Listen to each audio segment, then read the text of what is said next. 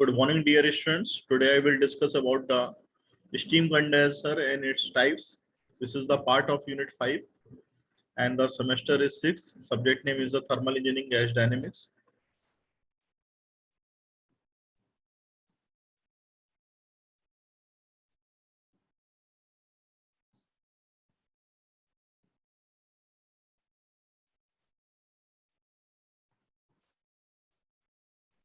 This is the outline of today's lecture.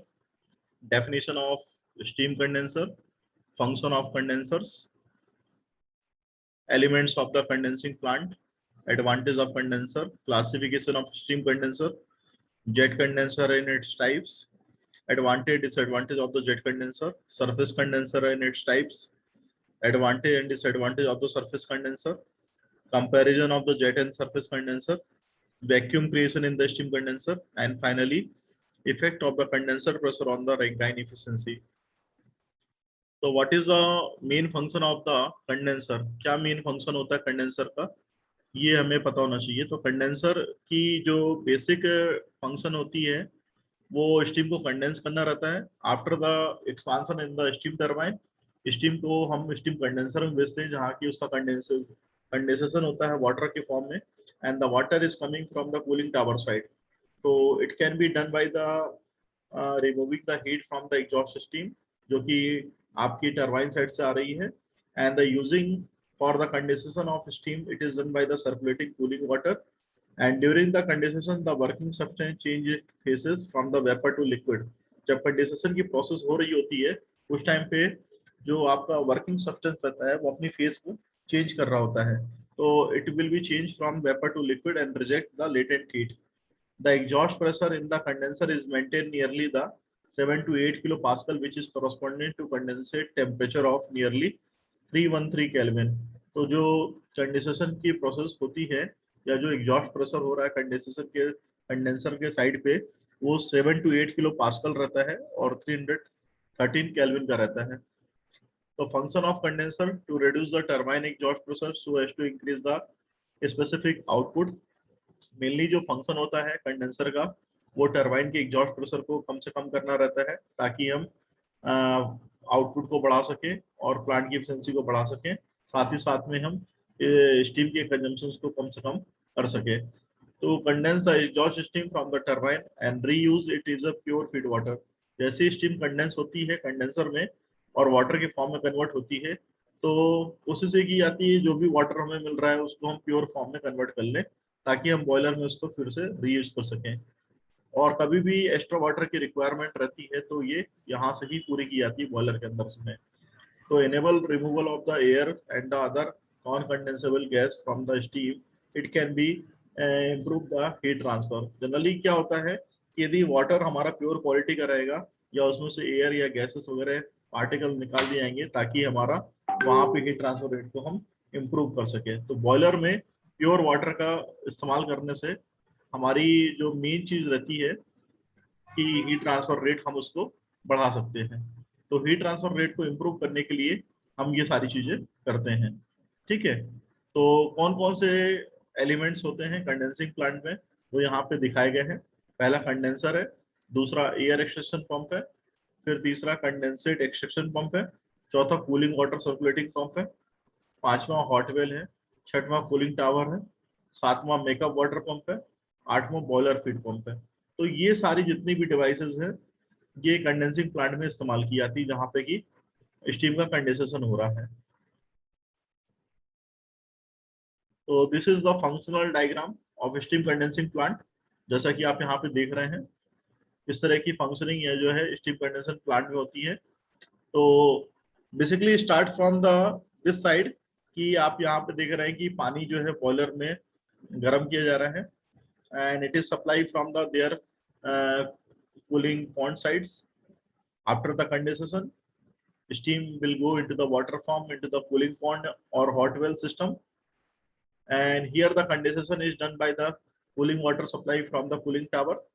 Steam is coming from the turbine side, and after the condensation steam will go into the water form into the extraction pump, so the extraction pump into this hot well section, and the extra water supply it is from the river side।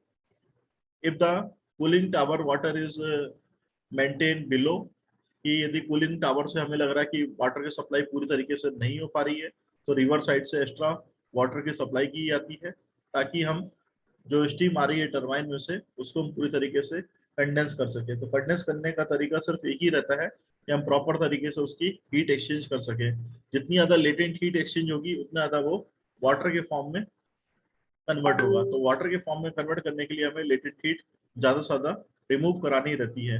And after that जैसे ही यहाँ पे condenser से निकलने के बाद steam जो रहती है वाटर के फॉर्म में आती है, या बोलना चाहिए जो कंडेंसेट निकल के आता है उसको हॉट वेल में भेजते हैं, तो यहाँ पे जो गर्म पानी इकट्ठा हो रहा है उस गर्म पानी को इस पंप के द्वारा वापस से बॉयलर में भेज दिया जाता है, ताकि हम वापस से स्टीम यहाँ पे बनाने के लिए यूज कर सके और कम से कम हमें हीट की रिक्वायरमेंट हो।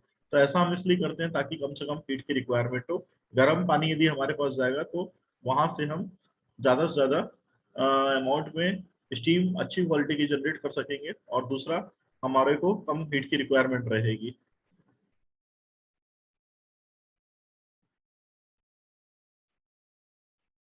तो what are the advantage of a condenser, क्या क्या एडवांटेज हो सकते हैं? पहला एडवांटेज है कि स्पेसिफिक वर्क आउटपुट को बढ़ाता है।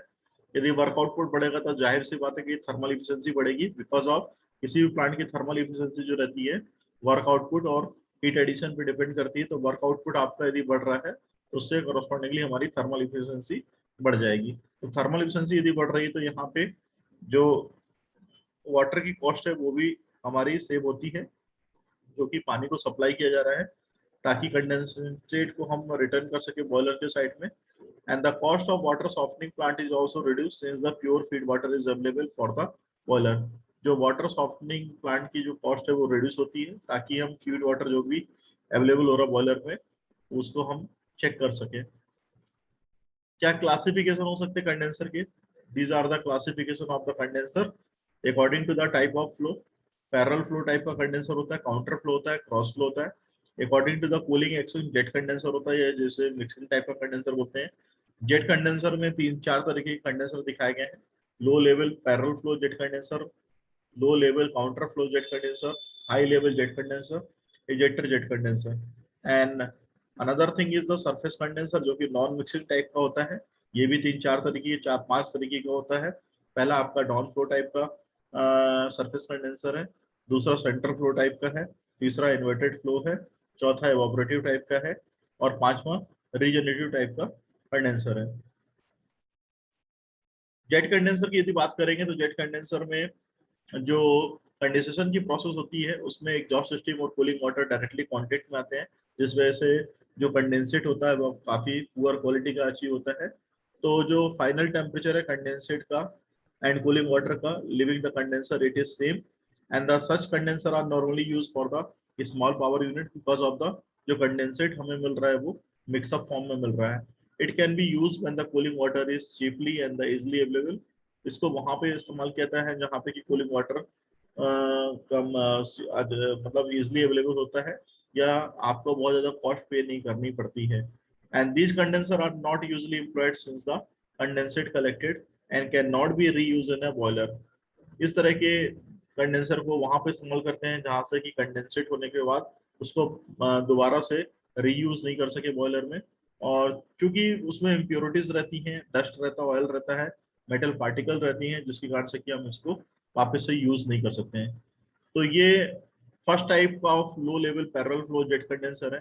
जेट कंडेंसर में जो पैरेलल फ्लो टाइप का जेट कंडेंसर है वो है जिसमें कि एग्जॉस्ट सिस्टम और जो आपका कूलिंग वाटर है वो आपका सेम डायरेक्शनल फ्लो होते हैं, उसे हम पैरेलल फ्लो जेट कंडेंसर बोलते हैं। और लो लेवल इसलिए बोला गया है ताकि यहाँ पे बहुत ज्यादा हाई लेवल पे हम जो बोलना चाहिए लेटेंट हीट का जो विड्रॉवल है, या बोलना चाहिए स्टीम का जो कंडेंसेट फॉर्म है वो प्रॉपर तरीके से ज्यादा अमाउंट में नहीं मिल पाता, इसलिए हम इसे low level parallel flow jet condenser बोलते हैं।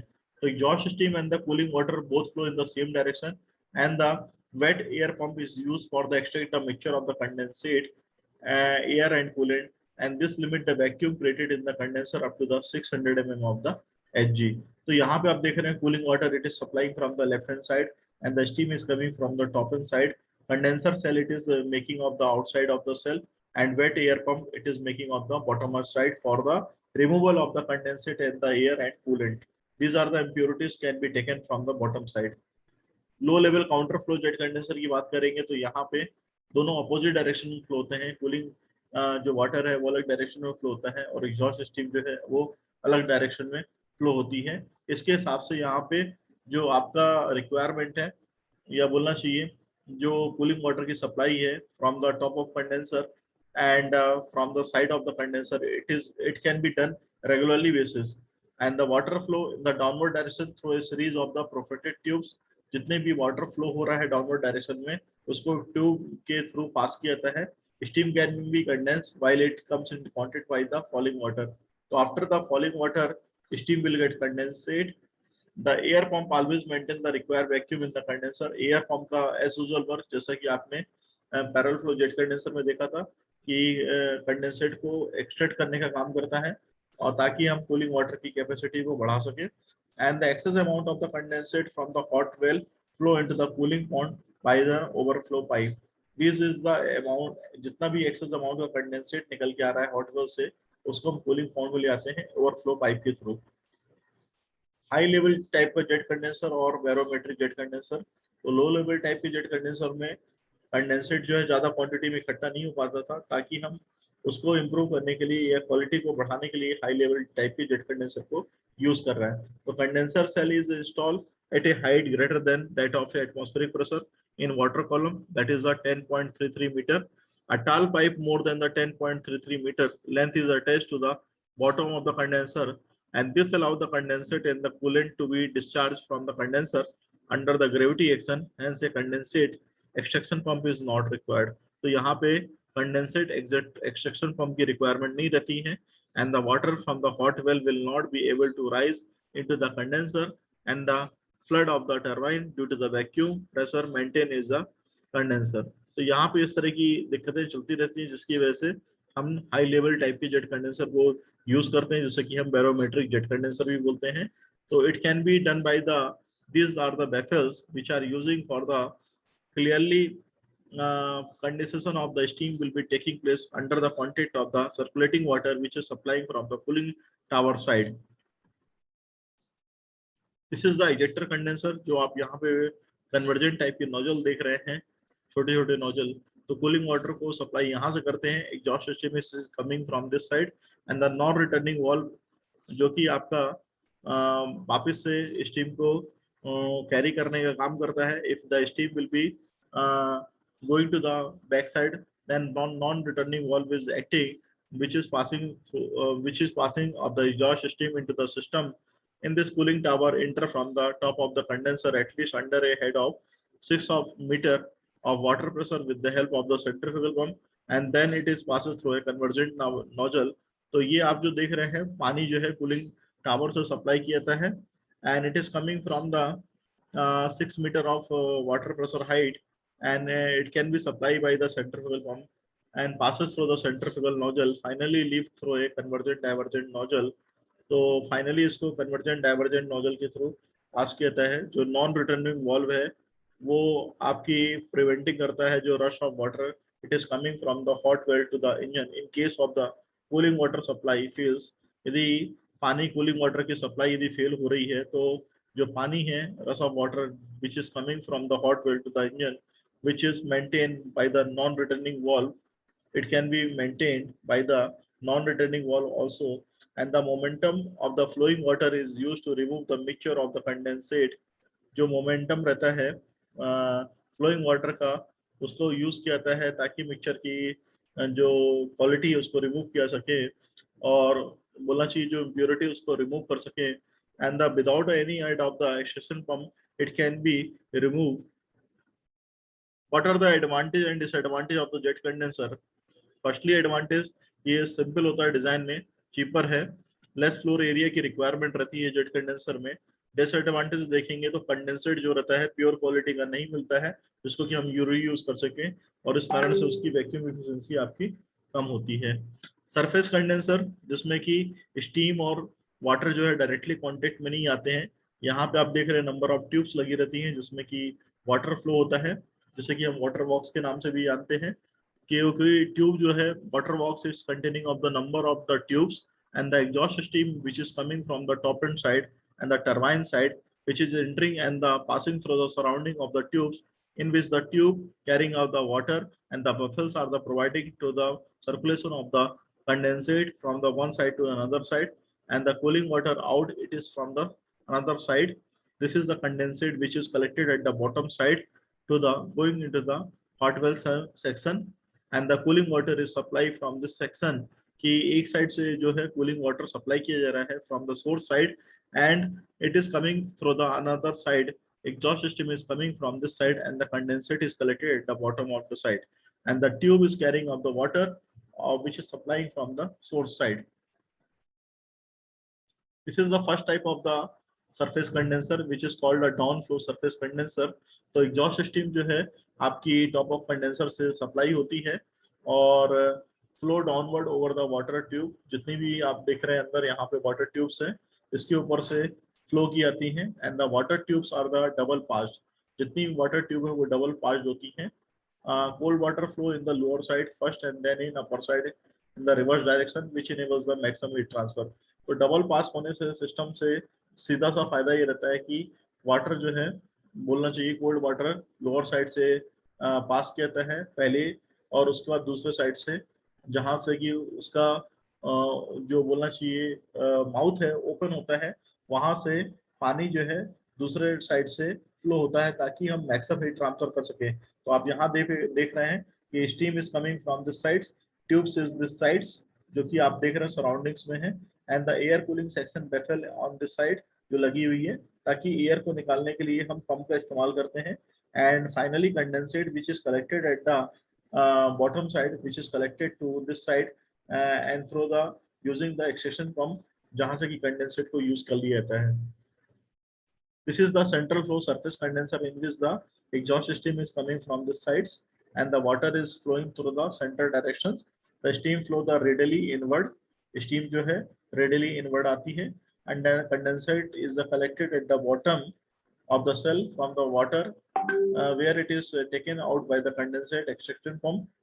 So it is a differentiate between the down flow and the center flow. Down flow में bottom side पे collection होता है जबकि central flow में collection is taking place of the central manner. The steam get access to the entire periphery of the tubes. जो steam है tubes के surroundings में flow होती है and thus large surface area for the heat transfer is available as compared to the down flow. Compared to the down flow type अपने को large surface area मिलता है जो कि कंडेंसेट करने के लिए सही रहता है. Inverted flow type of condenser the steam enter the bottom of the shell and the air extraction pump connected at the top. जो स्टीम है वो सेल के बॉटम में इंटर करती है और एयर एक्सट्रैक्शन पंप के बॉटम में इंटर करती है जो कि टॉप में कनेक्टेड रहता है. Steam flow upward first and subsequently return to the bottom of the condenser. Steam पहले जो है ऊपर की तरफ मूव करती है and subsequently return to the bottom of the condenser. The condensate extraction pump is connected at the bottom of the cell to extract the condensate. जो condensate extraction pump है वो जितनी भी स्टीम कंडेंस हुई है उसको निकालने के लिए यूज किया जाता है जो कि बॉटम साइड पे इकट्ठा होती है. This is the evaporative type of the condenser जो कि अलग टाइप का कंडेंसर जिसमें कि एवापोरेशन की मेथड को अप्लाई करते हैं जिसमें कि कूलिंग वाटर के एवापोरेशन को यूज करके कूलिंग इफेक्ट बढ़ाया जाता है ताकि हम स्टीम को कंडेंस कर सकें. तो this is the functional diagram in which the steam is supplying from the left hand side and the cooling water it is supplying from the another sides. Makeup water is supplying from this sides and the cold air is supplying from the this sides.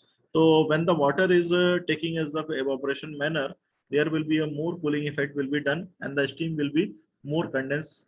The steam will be condensed in the passes through the grilled tubes and the cooling water is sprayed over an outer surface of the tubes. So there is a functional diagram in which the steam is flowing through this is the grilled tubes and the water is coming from the top and side and this is the spray nozzle form which is spraying in the grill manner of the steam which is taking of the steam inside of the steam. The evaporative condenser are the most suitable for the small plant.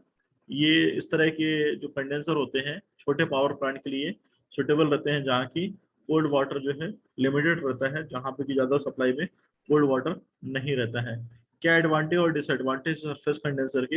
Advantage high vacuum efficiency होती है, pure condensate आपको मिलता है, low quality की cooling water को इस्तेमाल कर सकते हैं, and it allows the expansion of the steam through a higher pressure ratio.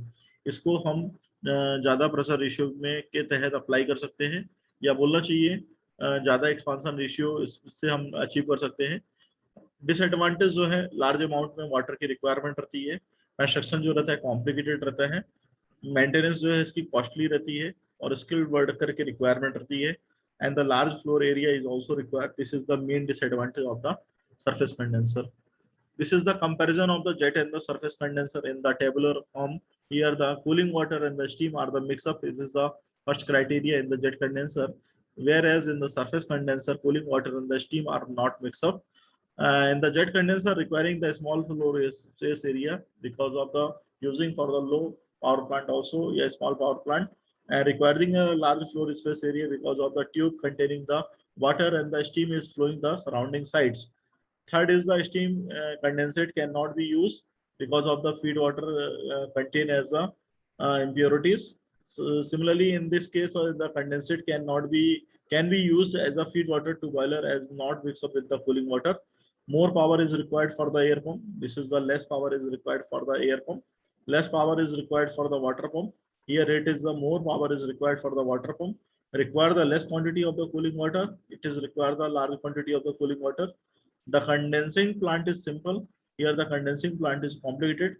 It is less suitable for the high capacity plant due to the low vacuum efficiency.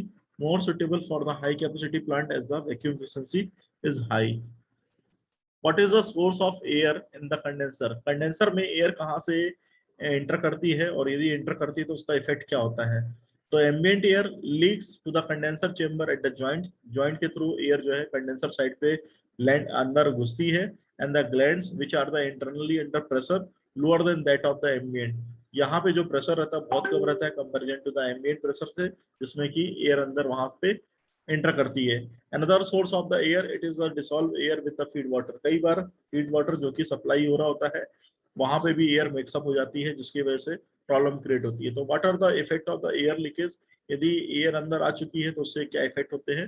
पहला जो effect है, the presence of air lower vacuum in the condenser. Vacuum proper तरीके से नहीं बनता है, जिसके कारण से कि वैक्यूम इफिशिएंसी, कंडेंसर इफिशिएंसी और प्लांट की इफिशिएंसी सब कम हो जाती है। वहां से हमारा जो बैक प्रेशर है प्लांट का वो इंक्रीज हो जाता है, एंड द कॉन्सिक्वेंटली जो वर्क आउटपुट है वो आपका डिक्रीज हो जाता है। तो ये सारी चीजों को इम्प्रूव करने के लिए हमें एयर को लीकेज नहीं करवाना चाहिए, या बोलना चाहिए जो जॉइंट से काफी मजबूत होने चाहिए, या कभी भी फीड वाटर के साथ में एयर को मिक्सअप नहीं होना चाहिए। दूसरा इफेक्ट एयर लीकेज का, air has a very poor thermal conductivity, has the rate of the heat transfer from the vapour to the cooling medium is reduce.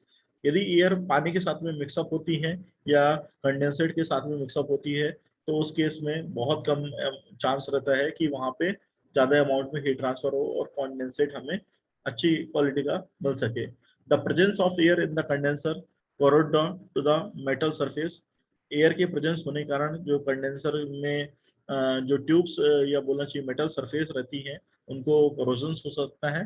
Therefore the life of the condenser is reduce, जिसके कारण से कि जो condenser की life है वो reduce जाती है। What is the vacuum creation in the condenser? Vacuum किस तरीके से कंडेंसर के अंदर क्रिएट होता है?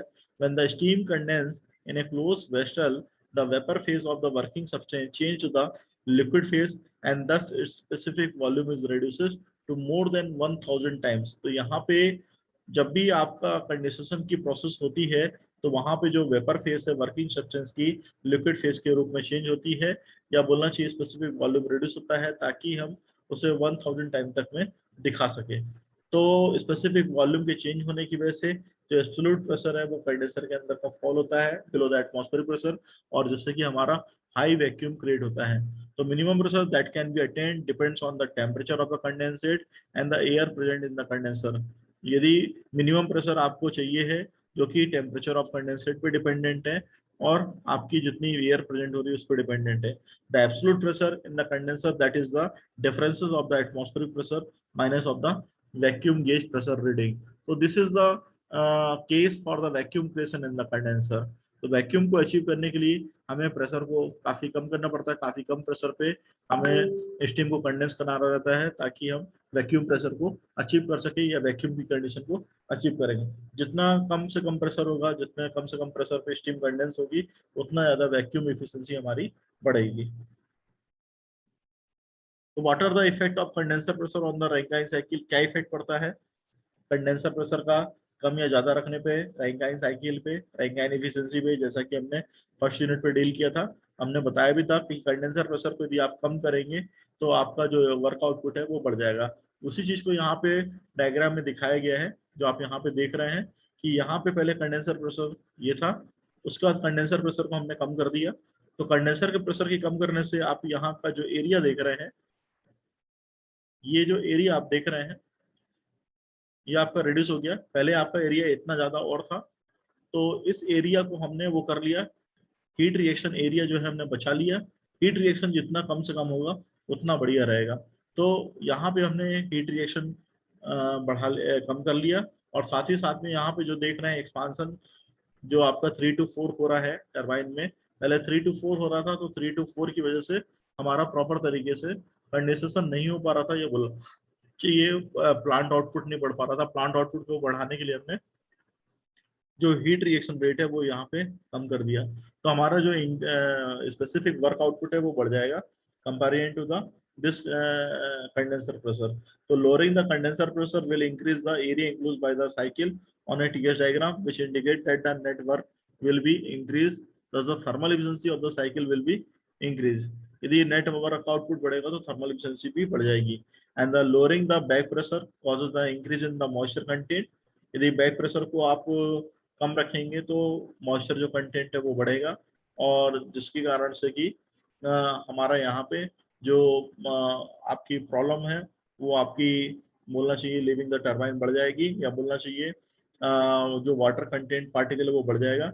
Increase in the moisture content of the steam in the low pressure stage, there is a decrease of the efficiency and the erosion of the blade may be a very serious problem, and also the pump work will require be high. तो यहाँ पे आपकी जो pump work है वो भी आपका बढ़ जाएगा। पहले पंप वर्क ये था आपका 1 to 2 था, अब पंप वर्क आपका 1 to 2 डेज हो गया।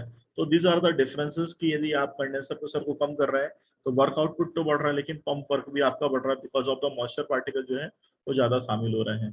तो this is the differences in which the condenser efficiency will be affected. So next class I will discuss about the condenser performance, condenser efficiency, vacuum efficiency, how much mass of the water requirement for the cooling of the steam. So this is the today lecture.